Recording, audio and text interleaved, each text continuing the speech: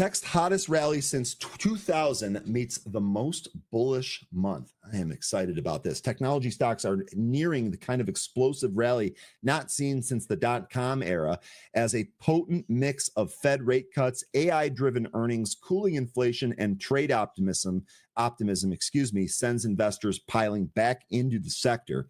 And the calendar seasonality may keep the party going. We've been talking a lot about positive seasonality here, and that's actually setting up to be a tailwind for us on some of these trades.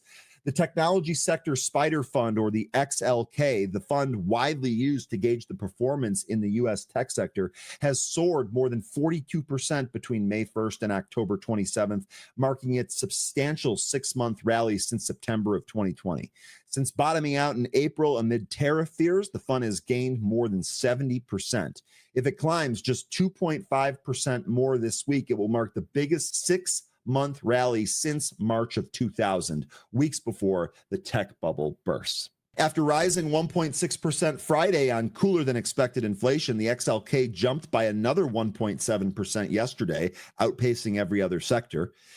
Investors cheered constructive trade talks in Kuala Lumpur between the U.S. and Chinese officials as Washington reportedly shelved plans for 100% tariffs on Chinese goods, while Beijing reopened rare earth export discussions and resumed U.S. soybean purchases. These developments could pave the way for a face-to-face meeting between President Trump and President Xi ahead of a key November 11 deadline. Traders now fully price in the Federal Reserve to cut interest rates again this week following last Friday's mild CPI reading of 3%.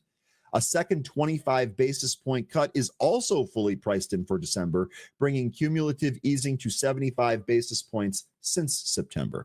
In a note on Monday, veteran Wall Street strategist Ed Yardeni lifted the odds of a stock market melt-up to 30% and lowered the probability of a more moderate bull case. Quote, stock investors love the Fed put is back, especially if it isn't needed, end quote.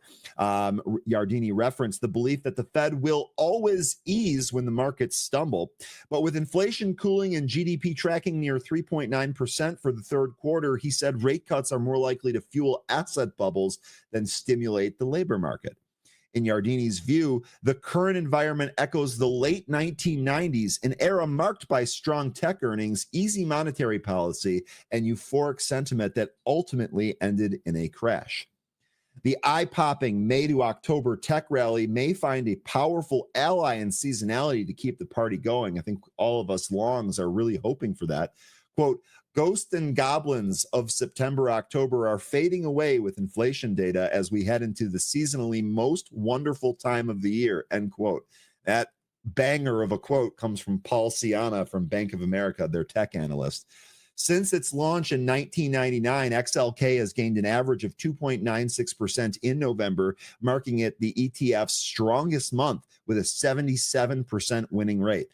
Tech has posted positive November returns every year since 2012, except for a small dip in 2018. In the last 6 Novembers, the sector has notched gains above 5% each time.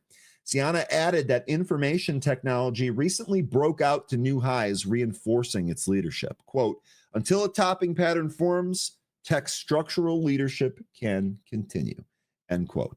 I'll tell you what, tech has really been the trade. There's a lot of different arms of tech. I know AI is the big one, but there are some other smaller ones like quantum that are really giving us some good trades as well.